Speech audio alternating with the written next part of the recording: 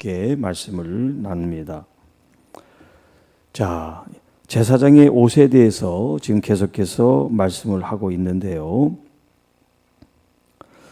지난 시간에는 에봇에 또 이제 판결 홍패까지 말씀을 드렸고, 오늘 31절에는 그 에봇 안에다가 받쳐 입는 옷을 지금 말씀하고 계세요.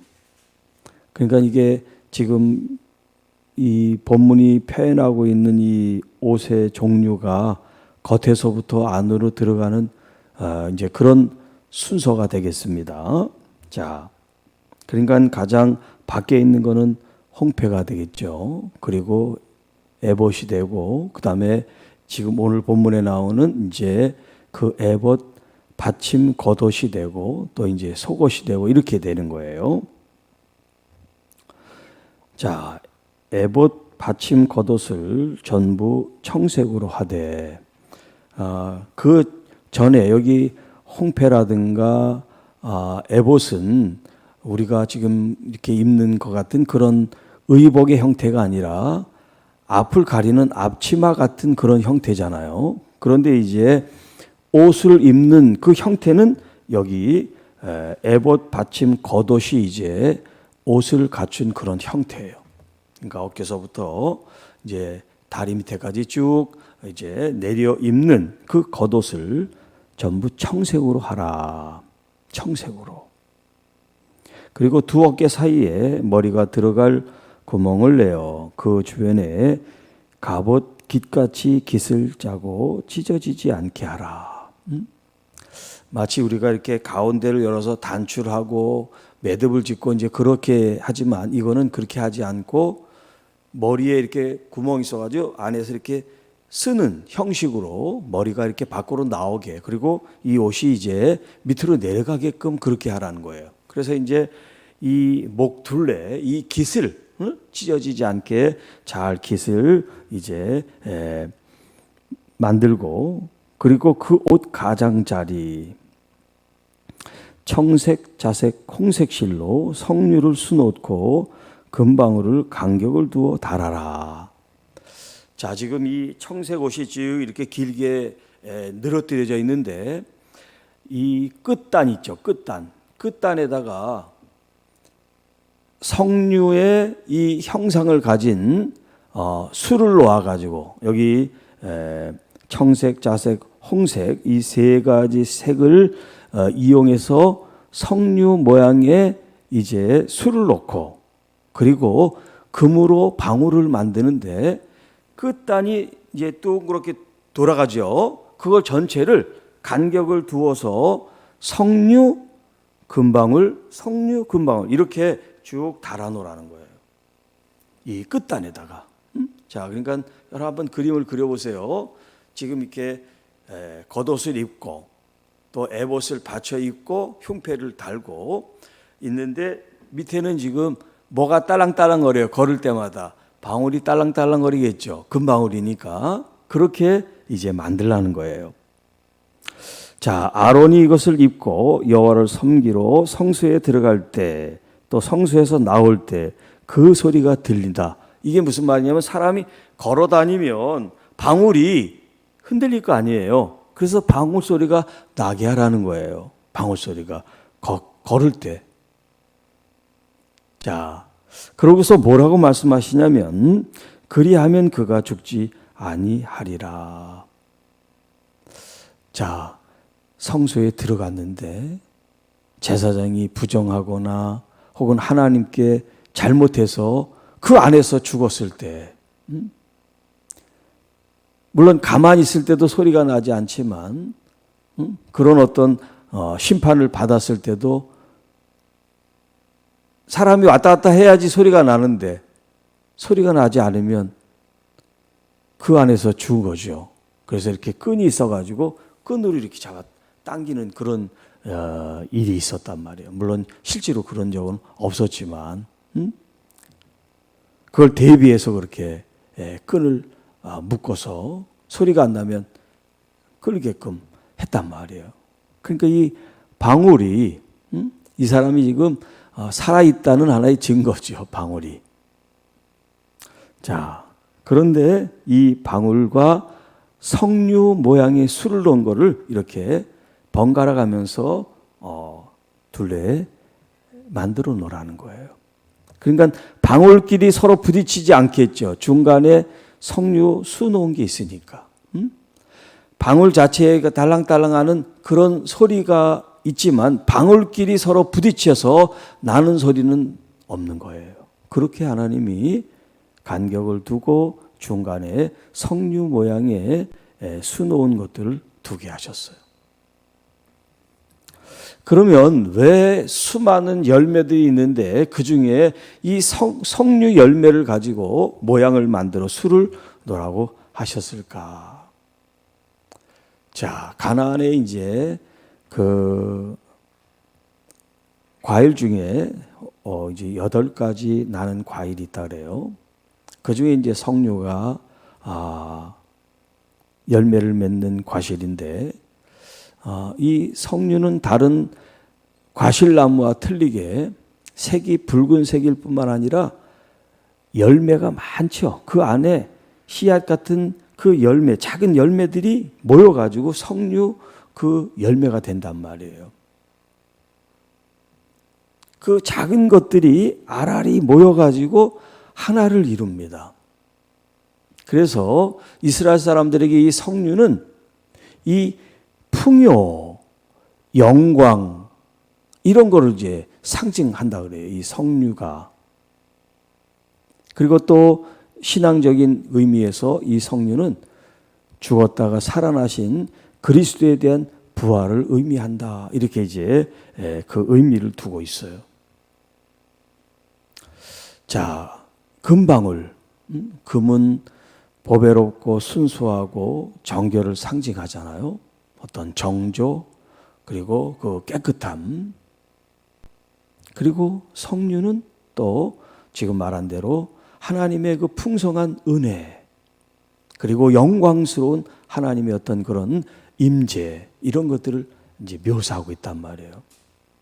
그래서 걸을 때마다 이 제사장이 하나님의 그 영광 가운데 있다는 그 어떤 의미를 두고서 지금 이런 장식을 만들게 하시고, 그리고 36절에는 패가 나오는데 이 패는 뭐냐면 이제 이 제사장이 모자를 써요. 모자, 관이라 그러는데 이제 모자를 쓰는데 그 모자 앞에 붙이는 패예요. 마크 같은 거죠. 그런데 이걸 순금으로 만들라는 거예요. 순금으로 패를 만들어 도장을 새기는 법으로 그 패 위에다가 여호와께 성결이라고 쓰라는 거예요. 순금으로 만든 이 패에다가 여호와께 성결이라고 마치 도장을 새기듯이 정교하게 잘 새겨서 그 패를 관에다가 붙이고 이 모자를 써서 항상 이 제사장이 이 이마에 여호와께 성결이라는 글씨가 붙어 있게 하라는 거예요. 그 패를 청색 끈으로 관 위에 매되 곧 관 전면에 있게 하라. 이 관이 이제 모자를 말하는 거예요. 관, 면류관 같은 관. 이 패를 아론의 이마에 두어 그가 이스라엘 자손이 거룩하게 드리는 성물과 관련된 죄책을 담당하게 하라. 이게 무슨 말이에요?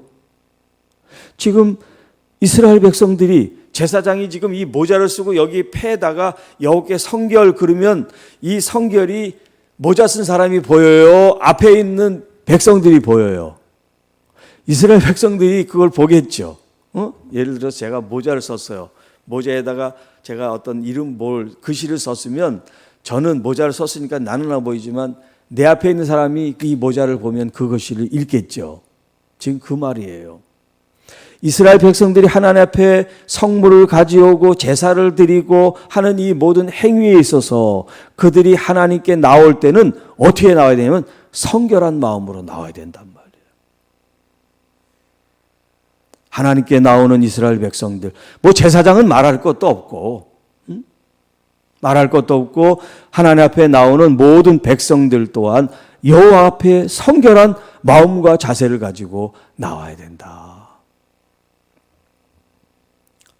우리가 지난 주일날 마음이 청결한 사람은 복이 있습니다. 그들이 하나님을 볼 것입니다. 라는 말씀을 드렸는데 여기 지금 예수님께서 마음이 청결하다라고 하는 말씀이 지금 이 본문에 있는 여호와께 성결하라는 말이죠. 구별하여 거룩하게 순수하게 순전하게 온전하게 하나님께 나와야 된다. 그것이 제물로서 내 죄를 전간 제물이 하나님 앞에 드려질 때는 그 제물이 어때요? 흠과 점이 없이 병들지 않고 건강하고 튼실하고 깨끗한 제물을 드렸잖아요. 제물만 그걸 골라서 드리고 나는 성결하지 않으면 안 되죠. 우리들 자신들이 성결하라고 하나님이 그런 제사법을 만든 건데 나는 성결하지 않고 그냥 짐승만 성결한 걸 자꾸 바치면 무슨 의미가 있겠어요? 오늘날도 마찬가지입니다. 우리 주님께서 하나님께서 기뻐하시는 우리 몸을 하나님 앞에 드려라. 산 제물로 주님께 드려라. 그렇게 우리에게 말씀하실 때 우리들 자신이 하나님 앞에 정말 마음과 몸으로 정결하고 깨끗한 그런 상태에서 주님 앞에 드려지는 그런 삶을 살라고 주님이 지금 말씀하시는 거예요. 여호와께 성결. 여호와께 성결. 그것도 여기 지금 이마라는 표현을 계속했어요. 아론의 이마에 두어. 그 패가 아론의 이마에 늘 있으므로. 그러니까 여러분의 생각에 여호와께 성결 이것이 여러분의 그 생각 속에 늘 여러분 떠나지 않도록 주님 앞에 늘 거룩하고 성결한 그런 모습으로 살 수 있도록 이마에 글씨를 붙인 것처럼 여러분의 마음속에 항상 기억이 될 수 있기를 축복합니다. 그 성물을 여호와께서 받으시게 되리라. 우리가 드리는 이 예배도 나 자신이 성결하지 않으면서 예배를 백날 드리고 내가 성결하지 않은데 헌금을 드리고 내가 성결하지 않는데 봉사를 하고 선교를 해도 하나님이 그걸 원하지 않으신단 말이에요.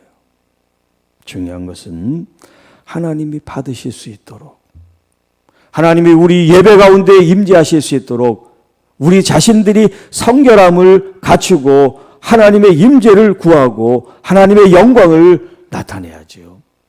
그래서 여호와께 성결이라는 이 말씀이 얼마나 중요한 말씀인지 몰라요. 여호와께 성결.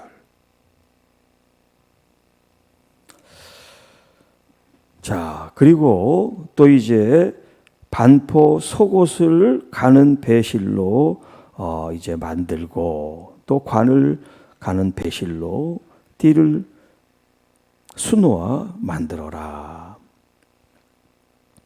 그리고 40절에 이제 속옷을 또 만들어라. 자, 지금 이 밖에서부터 안으로 계속 들어가죠. 겉에 있는 옷부터 해가지고 지금 안으로 점점 들어가고 있어요. 속옷을 만들며 그들을 위하여 띠를 만들어 그것들을 위하여 관을 만들어 영화롭고 아름답게 하되 너는 것들을 내 형 아론과 그와 함께한 그의 아들들에게 입히고 그들에게 기름을 부어 위임하고 거룩하게 하여 그들이 제사장 직분을 내게 행하게 할지며. 자, 여러분 뭐 아무거나 입으면 어때요? 그렇게 생각할 수도 있잖아요. 옷이 뭐 중요한가? 마음이 중요하지. 이렇게 생각할 수 있죠. 그런데 하나님께서는 마음만이 아니라 그 절차와 그 형식까지도 하나님께서 처음부터 끝까지 우리에게 말씀하시고 있어요. 물론 지금 이제 우리가 신약 시대에 살고 있는 우리들은 제사장도 없지만 이런 의식을 하지 않습니다만 과거에 하나님께서는 이런 의식과 절차와 법도와 질서를 만드셨단 말이에요. 그러니까 옷 하나도 그냥 옷이라고 생각해서 그렇게 사사롭게 생각하지 않고 하나하나까지도 하나님 앞에 자기의 제사장 직무를 수행하기 위해서는 그런 절차와 법도와 그런 순서를 따라서 그들이 그 옷을 받쳐 입었단 말이에요. 자, 43절 아론과 그의 아들들이 회막에 들어갈 때나 제단에 가까이하여 거룩한 곳에 섬길 때 그것들을 입어야 죄를 짊어진 채 죽지 아니하리니 그와 그의 후손이 영원히 지킬 규례니라. 제사장이 하나님의 말씀을 순종하지 않을 때는 하나님의 심판을 받게 된단 말이에요. 그러니까 하나님의 심판을 받지 않도록 그들이 하나님이 요구한 이 옷들을 하나하나 잘 챙겨 입으라는 거죠. 자, 그러면 속옷부터 해서 여기 이제 속바지도 있고 속옷도 있고 뭐 겉옷도 있고 또 에봇도 있고 또 흉패도 있고 또 관도 있고 이제 그런데 이런 거 하나하나를 제사장이 이제 직무를 수행하기 전에 입을 때마다 일반 그 제사장 직무를 수행하지 않을 때가 있죠. 평상시 계속해서 수행하는 게 아니에요. 자기 순서에 따라 반차에 따라 그 직무를 수행하는 거지 늘 그걸 입고 다니는 게 아닙니다. 평상시에 입는 옷차림과 하나님 앞에 제사장으로서 지금 나아가 수행하는 임무를 수행할 때 입는 옷이 다르단 말이에요. 그러니까 마음과 이 자세가 다른 거죠. 일반 옷을 입을 때와 제사장 직무를 해서 하나님 앞에 나가는 그런 옷을 입는 그 자세가 마음이 다른 것을 지금 이렇게 표현하고 있단 말이죠.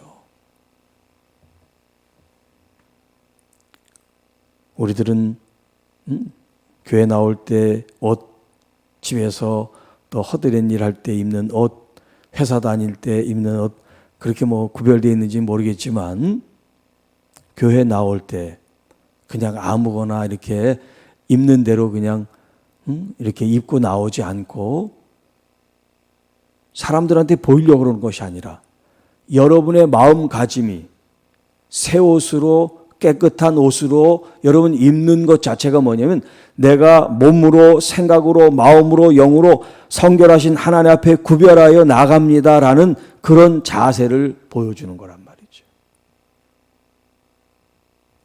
제가 이제 군대 군목으로 목사로 이제 있을 때 교회하고 교회 그 부대 지휘관 집하고 가까워요. 이 지휘관하고 대령인데 이 부인하고 이제 믿는 크리스찬이에요. 예배를 이제 드리는데 이 부인이 어떻게 나오면 슬리퍼를 신고 나와. 반바지에다가. 그 부대에 가장 높은 지위에 있는 사람 부인이란 말이에요. 그런데 슬리퍼를 찔찔 끌고 교회를 와요. 지금 같은 내가 무슨 말을 할 텐데 그때는 내가 중2 이제 막 들어간 초짜니까 그걸 봐도 지적을 못하고 그냥 가만히 보고만 있었어요. 속으로는 저러면 안 되는데 그랬죠. 그때는 뭐 30 초반이니까 아주 어린 나이죠. 목사가 이제 처음 되고 군목으로 갔을 때니까. 지금은 뭐 그렇게 하는 분이 없지만 자기가 제일 높다고 생각해서 다 뭐 자기 부하들이고 그러니까 그렇게 쉽게 생각한지 모르지만 여러분 예배 드리는 건 사람한테 보이는 게 아니라 하나님 앞에 내가 지금 나의 모습을 하나님 앞에 구별하여 드리는 거잖아요. 이 세상에서는 뭐 계급이 있고 높고 그렇지만 하나님 앞에 예배 드릴 때는 계급으로 나오는 게 아니잖아요.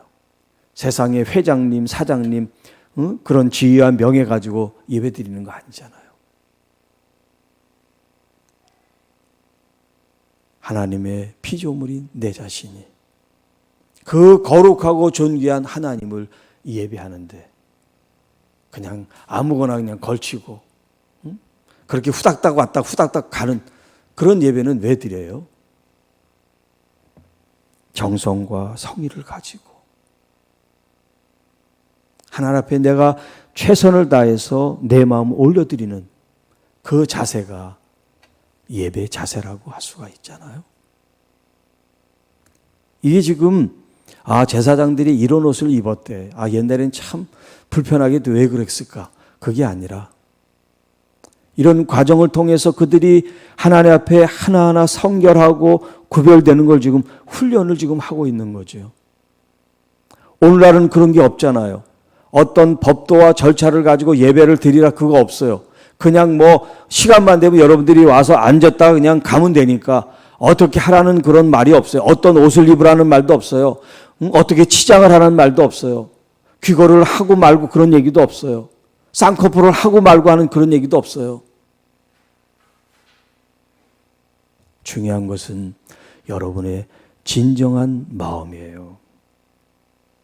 누가 보든 안 보든 양말 한 켤레를 신어도 성의 있는 모습으로 하나님 앞에 나올 수 있다는 거. 그런 마음 가지고 있으면 주방에서 칼질을 하더라도 내가 먹는 것도 아닌데 그러지 않고 주님께 내가 대접을 하는데